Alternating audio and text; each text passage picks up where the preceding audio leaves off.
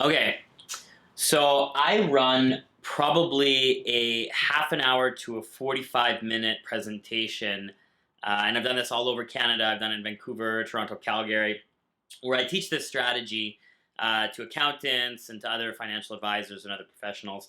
So usually I have about 45 minutes to teach this. I tried to think about how I'm going to condense this into like a 5-minute video and explain it to you. And if you don't understand it right away, don't blame yourself. It's a very complicated strategy. It took me a long time to try and figure out actually how the mechanisms of this work. But as you can see over here from my graph that I created again, if you remember from the previous slide, we had a loan that started at year 20 and went onwards. This one's going to be a little bit different, and let me explain how this works. So it's front-end leveraging. Another name for it is immediate finance and arrangement. So this is for a business owner who has a need for permanent life insurance. They see that they're going to need it later on in life. They say, okay, I want to buy this. I want to get it. However, I don't want to tie up all this capital into this policy. I want to reinvest it back into my business or use it for investments or whatever be it. So they say, well, let me pay it and borrow it immediately right back and put it back into my business. Okay? So that's essentially what they do. So I'm going to give you some numbers here. It's not on the board, but I'm just going to give it to you here. So let's say hypothetically that the premium is $100,000 per year. So the business owner pays $100,000 out of his corporation. He then can borrow a percentage back based upon the cash surrender value. So you see over here, this is our face amount. It's $500,000. You remember we had paid up additions, and that increases our face amount over time. So okay, $500,000 face amount. We have our cash surrender value down here, and we immediately take a loan. Okay. Now, this is kind of the steps how it would look in a yearly process. So in year one, we'd pay the premium. So that could be, let's say it's $100,000. We would then secure a loan based upon the cash surrender value, and we could use additional collateral, and there's a lot of different ways that we can structure this. It's kind of just like the fundamentals and basics, okay? So we then secure the loan and get, let's say, 80%, okay? So the business owner borrows back $80,000 from this cash surrender value, okay? And they then reinvest it back into their business. This is very important. There's a section in the Income Tax Act 20 bracket 1 that talks about when interest is deductible, okay?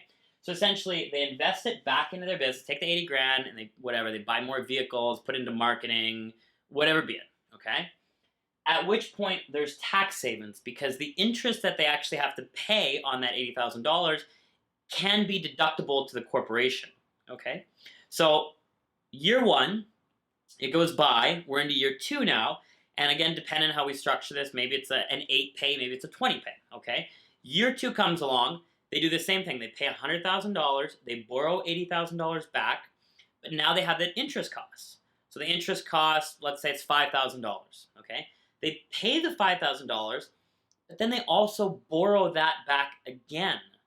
So what did they essentially create right there? If they paid $5,000 out of the corporation and they were able to deduct that from their income for the year and they borrowed it back, they created essentially a non-cash expense within the corporation, okay? So they were able to take that money back, but there was a write-off within the corporation. So essentially, we have a tax savings from the deductibility of the interest, as well as there's a few other components, which I'm not even going to get into, okay? And then we repeat that. So we go back to year 3, year 4, year 5. All we're doing is paying the premium, borrowing it back. Paying the premium, borrowing it back. Until we get to the end of our premium schedule. So let's say it's 8 years, okay? And after 8 years, we're done paying. So we're no longer paying our premium anymore. However, every year we have an interest cost. So that interest cost could be, at this point, maybe $70,000. So we're paying 70 grand, and then we borrow it right back. So we're capitalizing our interest. However, we pay it year to year to year to year. And it's very important that you pay it so it remains a deduction within the corporation.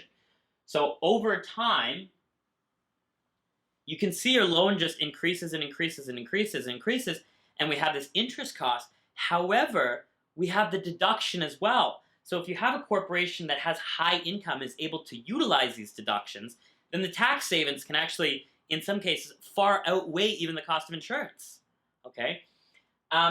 It's very similar to how the back-end leverage strategy works as well. Upon death, the face amount pays off the loan. The remaining amount goes to the beneficiaries.